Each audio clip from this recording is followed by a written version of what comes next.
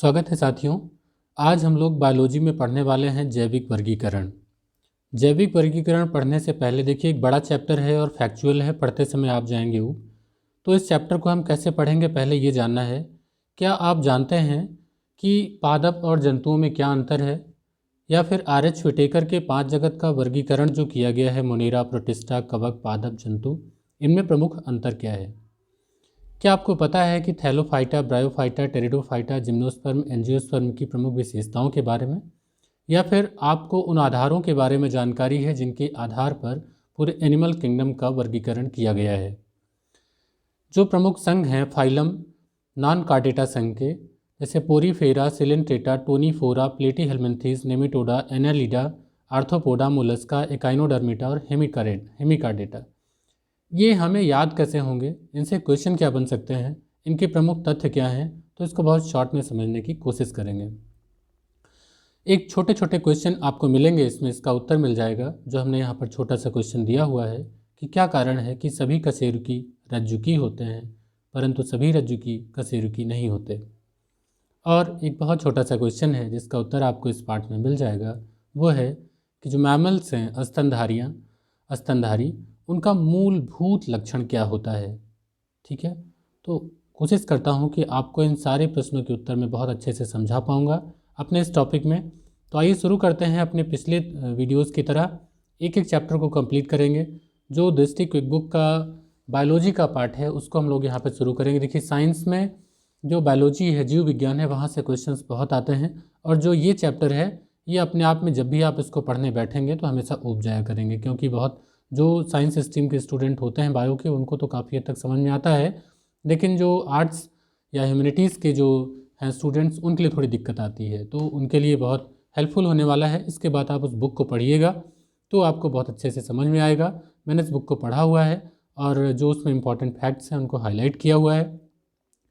और सिंपल ये सब आप अपनी किताबों में कर सकते हैं, लेकिन हमारे और आप में अंतर इतना है कि मैं आपको उसको पढ़ने के लिए इंटरेस्टिंग बना देता हूँ, थोड़ा शॉर्टकट बना देता हूँ और समझा देता हूँ कि कहाँ कहाँ से क्वेश्चंस हैं जो आपको आ सकते हैं और बुक को पढ़ना कैसे चाहिए। तो हमने इसमें कुछ अलग से एक इमेज को भी ऐड किया हुआ है और जो क्वेश्चंस आपके सामने रखे हैं उसके उत्तर भी आपको आसानी से मिल जाएंगे। तो आइए शुरू करते हैं बिना देर किए।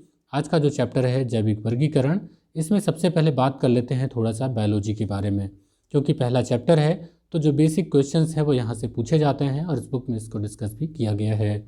तो सबसे पहले बात करेंगे कि बायोलॉजी शब्द का सर्वप्रथम प्रयोग किसने किया था। तो 1801 में लैमार्क फ्रांस और ट्रैवरेनस जर्मनी ने किया था।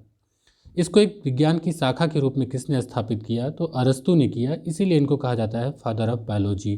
तो फादर ऑफ बायोलॉजी कौन थे? अरस्तु। देखिए अरस्तु को फादर ऑफ जूलॉजी भी कहा जाता है। इनकी पुस्तक थी हिस्टोरिया एनिमिलियम। इन्होंने लगभग इसमें 500 जंतुओं का वर्णन किया था।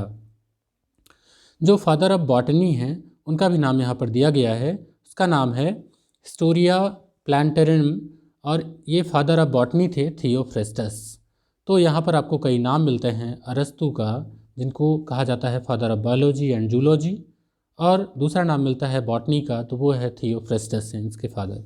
तो ये प्रमुख क्वेश्चन है जो आपसे अक्सर कर पूछे जाते हैं, जिनको यहाँ पर डिस्कस किया गया है।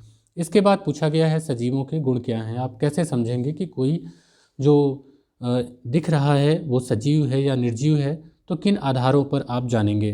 तो जो गुण हैं वास्तव में वही हैं। सबसे पहला गुण होता है मेटाबॉलिज्म, कोशिकीय संगठन, सेलुलर ऑर्गेनाइजेशन, कि उसमें संरचनात्मक क्रियात्मक जो उसकी इकाई होती है वो सेल होती है, और सभी जीवों का निर्धारित लक्षण है ये। दूसरा उसमें होगा उपापचय।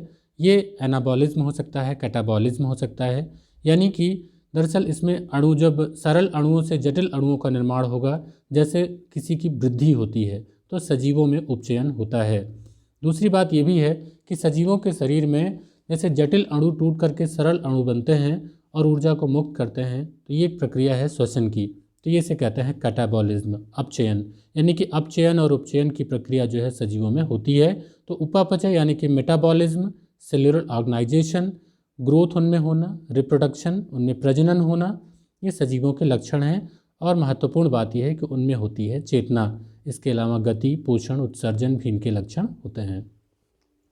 तो सजीव हम इनमें देख पाएंगे कि कुछ जंतु भी हैं, पौधे भी हैं। इसका मतलब सजीव जो हैं वो पौधे और जंतु दोनों ही हैं। तो प्रमुख अंतर क्या है, फटाफट इनको देख लेते हैं। दरअसल जब हम लोग सेल पढ़ेंगे तब आपको ये बातें समझ में आएंगी। आपने पढ़ रखा होगा तो आपको जानकारी होगी, सेल वॉल, क्लोरोप्लास्ट, वैक्यूल और सेंट्रोसोम। तो ये दरअसल सेल स्ट्रक्चर के पार्ट हैं। इसको हम लोग अपने अगले चैप्टर में डिटेल में पढ़ेंगे। तो आपको ये बहुत समझाने की कोशिश नहीं करूँगा कि यहाँ पर सेल वॉल क्या है, क्लोरोप्लास्ट क्या है, वैक्यूल क्या है और सेंट्रोसोम क्या है। ठीक है, बस हमें ये बात ध्यान रखना है कि हमें दो सेल में यहाँ पर डिफरेंस क्रिएट करना है, प्लांट और एनिमल। अगर दोनों में डिफरेंस क्रिएट हो गया तो हम समझ पाएंगे। तो न केवल सेल स्ट्रक्चर बल्कि पोषण को लेके और गति और वृद्धि, इस तरीके उत्सर्जन और अनुक्रिया, इनको लेकर के अंतर यहाँ पर समझाया गया है। तो सबसे पहले सेल स्ट्रक्चर का अंतर है उसको देख लेते हैं। तो क्या सेल वॉल दोनों में पाया जाता है या कैसा पाया जाता है? तो जो सेल वॉल है वो पादप कोशिका यानी कि प्लांट सेल में पाई जाती है। कोशिका भित्ति सेल्यूलोज की बनी होती है और जो जंतु कोशिका यानी कि एनिमल सेल होती है उनमें कोशिका झिल्ली पाई जाती है, उसमें कोशिका भित्ति नहीं पाई जाती है। एक जो प्रमुख भाग है क्लोरोप्लास्ट, वो किस में पाया जाता है? तो क्लोरोप्लास्ट जो है वो जो प्लांट होगा उसमें चूंकि वो हरे होते हैं, क्लोरोफिल की उपस्थिति के कारण वो पादप हरे रंग होते हैं, क्लोरोप्लास्ट में हरा रंग पाया जाता है क्लोरोफिल। और जंतु में ऐसा कुछ नहीं होता है तो ये इसमें अनुपस्थित होता है। वैक्यूल की बात करें, राजधानी की बात करें, तो बड़ी राजधानियाँ होती हैं पादप कोशिकाओं में और इनमें कोशिका द्रव्य भरा होता है, जबकि जो एनिमल सेल होती हैं उनमें ये छोटी राजधानियाँ होती हैं। सेंट्रोसोम की बात करें तो ये कुछ पादपों में अनुपस्थित होता है और जबकि जो एनिमल सेल है उसमें अक्सर केंद्र के पास पाया जाता है और कोशिका विभाजन में सहायक होता है। तो ये रही प्रमुख जो कोशिकीय संरचना से संबंधित अंतर है वो। पोषण, तो चूँकि आप जानते हैं कि प्लांट जो होते हैं वो स्वपोषी होते हैं और जो एनिमल होते हैं वो परपोषी होते हैं, हालांकि इसका अपवाद भी है यूग्लिना। इसके बाद गति की बात करें तो मृदा में स्थिर होते हैं पादप, अपवाद हैं शैवाल, क्लेमाइडोमोनास, और जंतु जो होते हैं वो गति करते हैं लेकिन इनके भी अपवाद हैं कोरल और स्पंज। वृद्धि की बात करें तो जड़ तनों में देखिए जो विभज्योतक क्षेत्र होता है, मेरिस्मेटिक जोन, तो ये पूरे जीवन काल वृद्धि में होती रहती है। लेकिन आप जंतुओं में देखेंगे तो वृद्धि एक निश्चित आयु तक ही होती है, जैसे आपकी लंबाई एक निश्चित समय तक ही बढ़ती है। उत्सर्जन की बात करें तो देखिए विकसित उत्सर्जी तंत्र की बात करें, पाया तो दोनों में जाता है लेकिन एक में विकसित है और एक अविकसित है। तो विकसित उत्सर्जी तंत्र का अभाव जो है वो प्लांट में मिलता है, हालांकि जैसे तेल, गोंद वगैरह का स्राव होता है, लेकिन जंतुओं में देखें तो एक विकसित उत्सर्जन तंत्र होता है और इसके जरिए वो अमोनिया, यूरिया, यूरिक अम्ल, अपशिष्ट पदार्थ जो है वो उत्सर्जन करते हैं।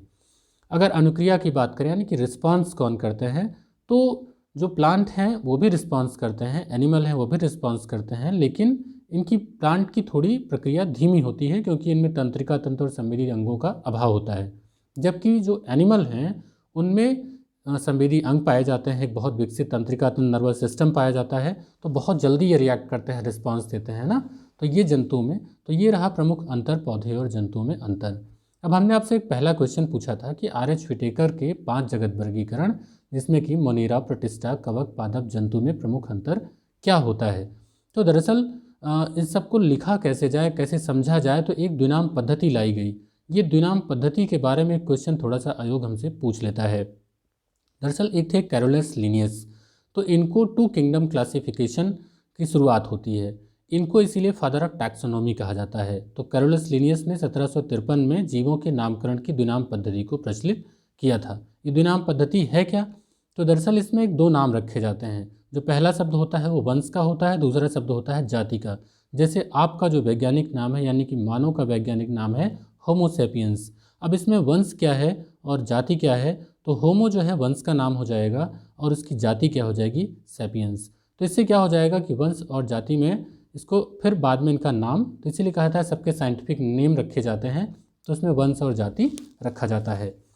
तो यही दिया गया है कि आधुनिक जीव विज्ञान में सर्वाधिक मान्यता RH व्हिटेकर के 5 जगत वर्गीकरण को दी जाती है। तो 5 नाम मैंने आपको अभी पढ़े थे, फिर से रिवाइज कर दे रहा हूँ। मोनेरा, प्रोटिस्टा, कवक यानी कि फंजाई, पादप, प्लांट यानी जंतु, एनिमल। तो ये 5 हैं। इनमें प्रमुख अंतर क्या है इसको हम समझने की कोशिश करते हैं। सबसे पहले बात करते हैं मोनेरा की। मोनेरा जो है वो एक कोशिकीय होते हैं और प्रोकैरियोटिक हैं।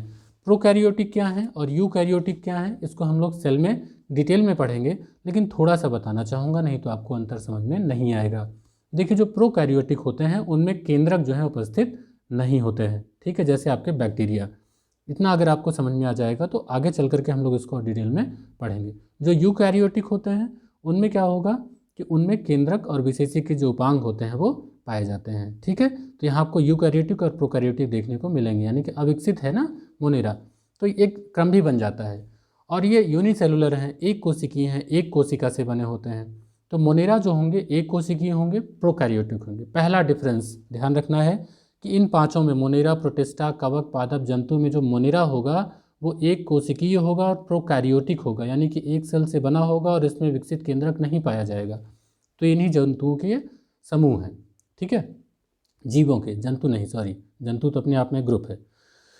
तो इनमें न तो अब लिख के आ गया कि न तो संगठित केंद्रक होता है, न ही विकसित कोशिकांग होते हैं, केंद्रिका झिल्ली का अभाव होता है। तो कुछ में पाई जा सकती है, पोषण स्तर पर स्वपोषी, रसायन संश्लेषी, प्रकाश संश्लेषी, विषमभोजी, मृतजीवी, परजीवी दोनों हो सकते हैं। इंपॉर्टेंट बात क्या थी, याद रखना है कि ये यूनिसेलुलर हैं और प्रोकैरियोटिक हैं।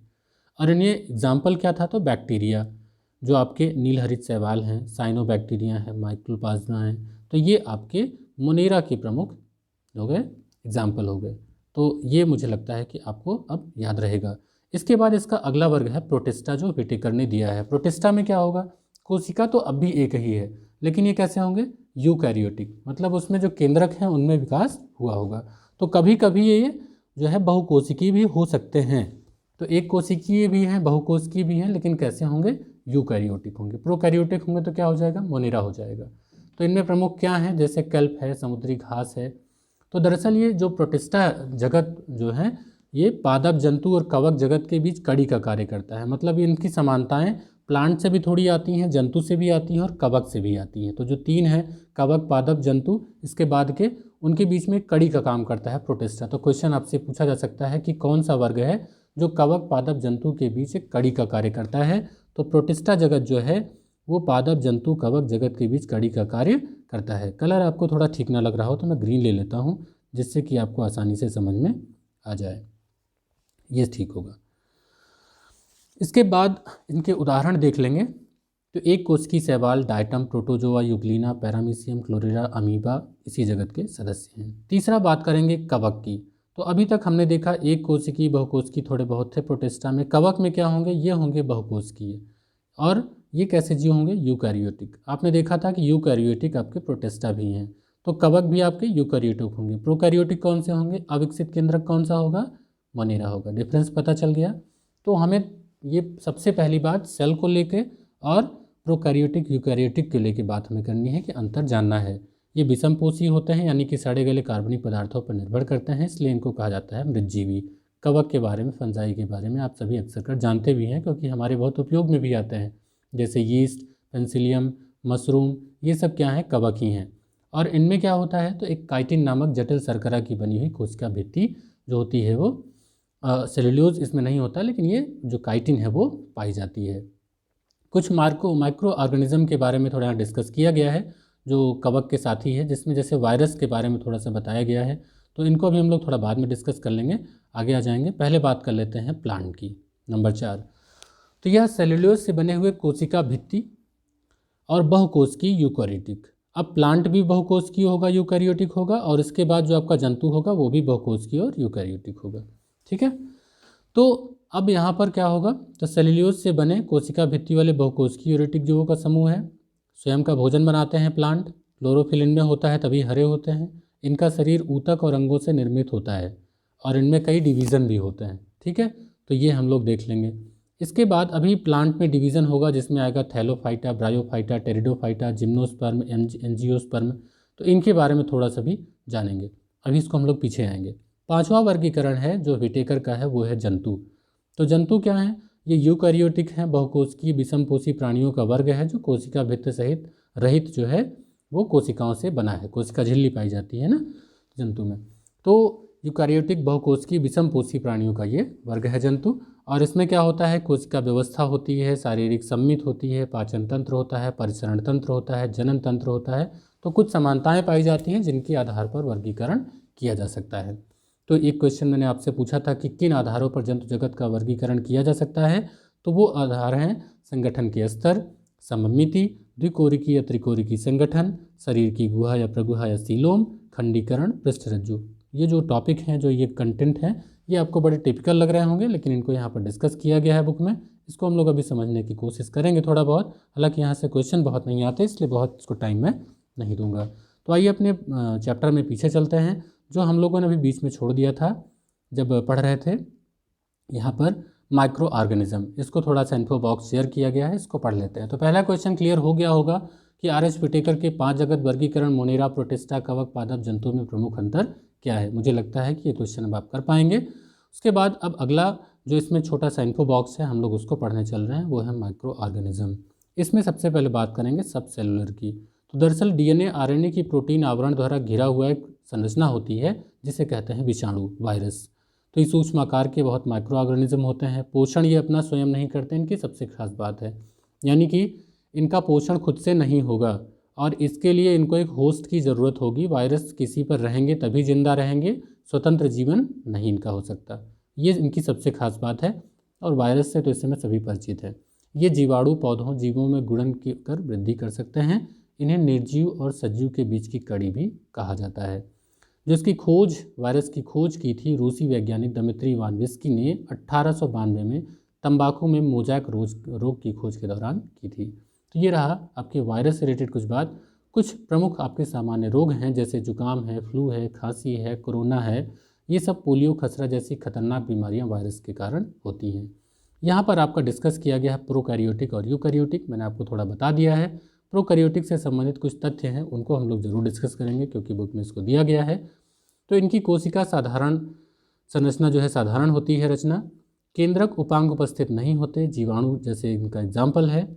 ये मोनेरा जगत, जो कि पहला हमने आपसे कहा था मोनेरा, तो मोनेरा में प्रोकैरियोटिक आते हैं। इसमें जैसे नॉस्टाक, एनाबिना जो है वो पर्यावरण के नाइट्रोजन का स्थिरीकरण करते हैं। तो एक क्वेश्चन ये आपका यहाँ से आ गया। नाइट्रोजन, फास्फोरस, आयरन, सल्फर जैसे पोषकों के पुनर्चक्रण में ये महत्वपूर्ण भूमिका निभाते हैं। इसके बाद अगला यहाँ टर्म एक्सप्लेन किया गया है, वो है यूकैरियोटिक। यूकैरियोटिक क्या है, तो इनकी कोशिका संरचना जो होती है वो जटिल होती है। क्यों? इनमें केंद्रक विशेषीकृत उपांग होते हैं और इनके उदाहरण आपके हो सकते हैं जो अगले हमने आपको बताए थे, वो थे जैसे प्रोटिस्टा, प्रोटोजोआ, कवक, पादप जंतु, जो कवक शैवाल हैं, ये सब इनके पाए जाते हैं यूकैरियोटिक में।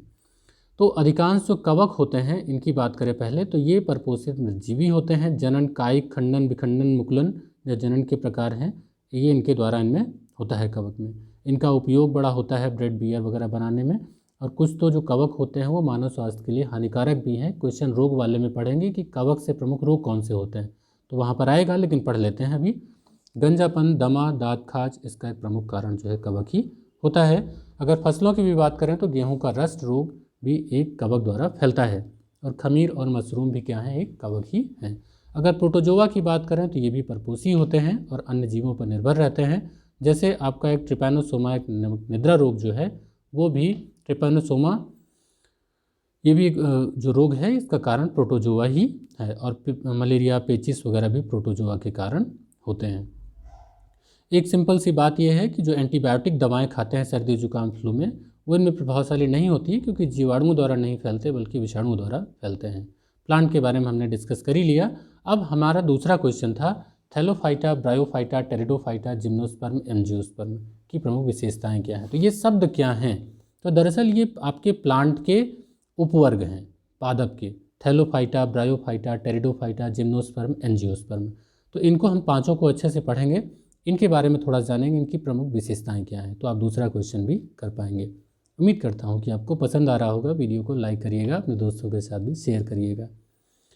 तो सबसे पहले ही बात समझ लीजिए कि जो थैलोफाइटा होगा, ये जो है इनकी संरचना मूल तना पत्तियों में विभाजित नहीं होती है। जरा इनका इमेज देख लीजिए। जो स्पाइरोगाइरा यहाँ पर दिया गया है, ना तो इसमें मूल दिख रहा है, ना तो तना दिख रहा है, ना ही पत्तियाँ दिख रही हैं, बस शैवाल की तरह है। और ये सामान्यतः शैवाल एल्गी ही कहे जाते हैं। तो मुख्यतः जलीय पादप होते हैं। इनके एग्जाम्पल हैं यूलोथ्रिक्स, स्पाइरोगाइरा, कारा। तो क्या अब आपको थाइलोफाइटा याद रखने में कोई कठिनाई होगी? थैलोफाइटा शैवाल हैं, जलीय पादप हैं। यूलोथ्रिक्स, स्पाइरोगाइरा, कारा जो है इनके एग्जाम्पल हैं। तो थैलोफाइटा आपको विशेषताओं के बारे में पता चल गया। कि अगर आप इस कड़ी में देखें तो सबसे निचली कड़ी जो है आपके प्लांट की वो कौन सी होगी, थैलोफाइटा। अब थोड़ा सा इनकी हाइट बढ़ाएंगे, थोड़ा सा विकास हुआ होगा, थैलोफाइटा के बाद आएगा ब्रायोफाइटा। ये जो आपने अभी पढ़ा यूलोथ्रिक्स भी देख सकते हैं, कारा भी देख सकते हैं, इमेज दिया गया है आपके थैलोफाइटा का। ब्रायोफाइटा में देख लेते हैं, थोड़ा इनमें अपग्रेड होगा। जो इनके इमेज आप देख पा रहे होंगे मार्केंशिया के, मॉस के, देखिए आपके शैवाल से थोड़े से बड़े और थोड़े से डेवलप्ड हैं। इनकी खास बातें क्या हैं, इनमें देखिए पादप, तना और पत्तों जैसी संरचना में विभाजित तो होते हैं। क्या वहाँ थे ये थैलोफाइटा में? नहीं, यहाँ होते तो हैं, लेकिन ध्यान रखने वाली बात क्या है कि यहाँ पर संवहन के लिए जो संवहनी ऊतक होते हैं वो नहीं पाए जाते हैं। और इनकी खास बात यह है कि ये पादप वर्ग का इनको उभयचर भी ब्रायोफाइटा को कहा जाता है, और इनके उदाहरण हैं मॉस, मार्केंसिया। तो इनका ब्रायोफाइटा भी आप समझ गए होंगे कि ये दूसरे चरण माने जा सकते हैं आपके प्लांट के। इसके बाद तीसरा आएगा टेरिडोफाइटा। अब देखिए क्या पत्तियां और विकसित नहीं हो जाएंगी, तो तीसरा स्टेप आपका आ जाएगा टेरिडोफाइटा। तो पहले याद रखेंगे थैलोफाइटा, फिर ब्रायोफाइटा, और उसके बाद कौन सा आएगा, टेरिडोफाइटा। पत्तियां देख करके आपको लग रहा होगा कि फर्न धान के फसल के साथ एजोला जो है वो भी है। तो अब समझिए इनमें क्या है, कि आपको इसमें पत्तियां, जड़ तना दिख रहा है? तो बिल्कुल दिख रहा है। थैलोफाइटा में तो था ही नहीं, ब्रायोफाइटा में था लेकिन संवहनी ऊतक नहीं थे। तो क्या यहाँ पर संवहनी ऊतक होते हैं? बिल्कुल होते हैं, संवहनी ऊतक भी इसमें उपस्थित होते हैं। जड़ तना पत्तियों में विभाजित होता है, और फर्न, मार्सिलिया, हार्ट्सटेल जो है इनके उदाहरण हैं। बस इसमें अंतर क्या होता है कि जननांग जो है इसके अप्रत्यक्ष होते हैं, और बीज उत्पन्न करने की क्षमता इनमें नहीं होती है। तो अब आपको अंतर समझ में आ रहा होगा कि थैलोफाइटा सबसे बेसिक लेवल पे हो गए। बेसिक देखिए यहाँ पर लेवल की बात नहीं, ये तो एक वर्गीकरण है, मैं आपको याद कराने की कोशिश कर रहा हूँ कि सबसे छोटा देखिए काई की तरह, शैवाल की तरह थैलोफाइटा है। ब्रायोफाइटा थोड़ा उनमें विकसित हुआ लेकिन संवहनी ऊतक नहीं। टेरिडोफाइटा में सब कुछ विकसित हुआ, तो इसमें संवहनी ऊतक भी आ गया, लेकिन इसमें बीज उत्पन्न करने की क्षमता नहीं होती है, जैसा कि एग्जाम्पल क्या है, एजोला और फर्न। अब आइए, अब यानी कि अगला जो आने वाला है वो बीज के साथ ही आने वाला है कॉन्सेप्ट, क्योंकि यही इसमें नहीं था। तो अगला होगा जिम्नोस्पर्म। क्रम याद रखेंगे, थैलोफाइटा, ब्रायोफाइटा, टेरिडोफाइटा, उसके बाद जिम्नोस्पर्म। तो इनके जो पौधे होते हैं नग्न बीजी होते हैं। खास बात ये होती है जिम्नोस्पर्म की कि इनके बीज फलों के अंदर नहीं होते हैं, बहुवर्षीय सदाबहार काष्ठी होते हैं, जैसे पाइनस और साइकस। तो पाइनस, साइकस क्या है, जिम्नोस्पर्म। सबसे इंपॉर्टेंट क्या है, ये नग्न बीजी होते हैं। एंजियोस्पर्म क्या होते हैं, एंजियोस्पर्म तो खूब देखा है आपने, फल बीजों के अंदर बंद रहते हैं। बीजों का विकास अंडाशय के अंदर होता है, जो बाद में फल बन जाते हैं। देख पा रहे होंगे एंजियोस्पर्म, यहाँ पर आपका हरसिंगार का फूल आपके सामने दिख रहा होगा। तो बीज पत्रों की संख्या के आधार पर इनमें एक बीजपत्री, द्विबीजपत्री भी हो सकता है। तो ये रहा आपकी प्रमुख विशेषताएं, Thallophyta, bryophyta, pteridophyta, gymnosperm, angiosperm. सवाल मेरा ये है कि नग्न बीजी कौन सा है, जिम्नोस्पर्म। किसमें जो है बीज फलों के अंदर बंद रहते हैं और बीजों का विकास अंडाशय के अंदर होता है, जो बाद में फल बन जाते हैं, तो वो है एंजियोस्पर्म। तो शैवाल कौन से हैं, थैलोफाइटा। अब आपको एक क्रम पता चल गया होगा पादप जंतु का, थैलोफाइटा, पादप जगत का, Thallophyta, bryophyta, pteridophyta, gymnosperm, angiosperm. क्या आप गलत करेंगे? नहीं। अब हमारा तीसरा सवाल होगा कि किन आधारों पर जंतु जगत का वर्गीकरण किया जा सकता है। बहुत लंबा लेक्चर पढ़ने से अच्छा है कि इसको अगले लेक्चर में पढ़ लें। मिलते हैं अगली वीडियो में, तब तक के लिए गुड बाय।